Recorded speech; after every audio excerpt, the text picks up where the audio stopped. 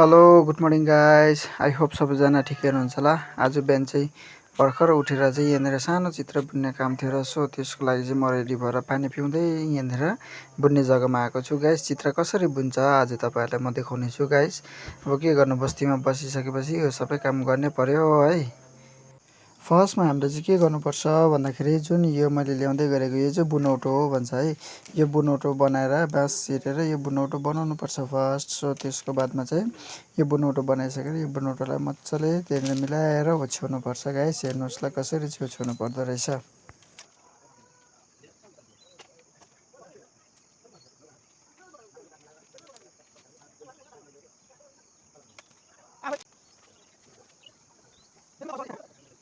जब बुनौटो हामीले त्यहाँनिर मिलाएर ओछ्याइसकेपछि के गर्नुपर्छ भन्दाखेरि त्यसको त्यसरी त्यहाँनिर पर जुन चित्र हामीले चिम बनाएको हुन्छ हो चिम ल्याएर चाहिँ उयो बुनौटोमा मजाले मिलाएर हाल्नुपर्छ। त्यसमा के गर्नुपर्छ भन्दा फेद टुप्पा मिलाउनुपर्छ। एकपट्टि फेद एकपट्टि टुप्पा, एकपट्टि फेद एकपट्टि टुप्पा, त्यसो गरेर मिलाउनुपर्छ गाइस।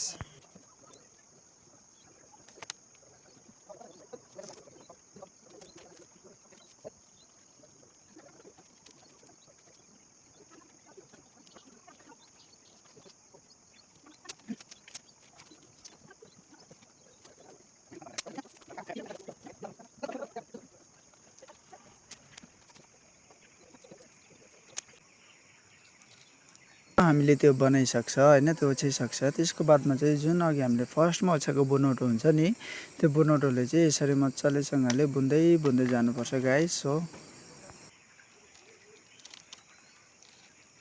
बुन्दाखेरि चाहिँ कसो गर्नुपर्छ भन्दाखेरि एउटा माथि एउटा मुनि एउटा माथि एउटा मुनि हो त्यसरी बुन्नुपर्छ गाइस। हेर्नुहोस् एउटा उचाल्यो हो, त्यसको बादमा यसरी हाल्यो।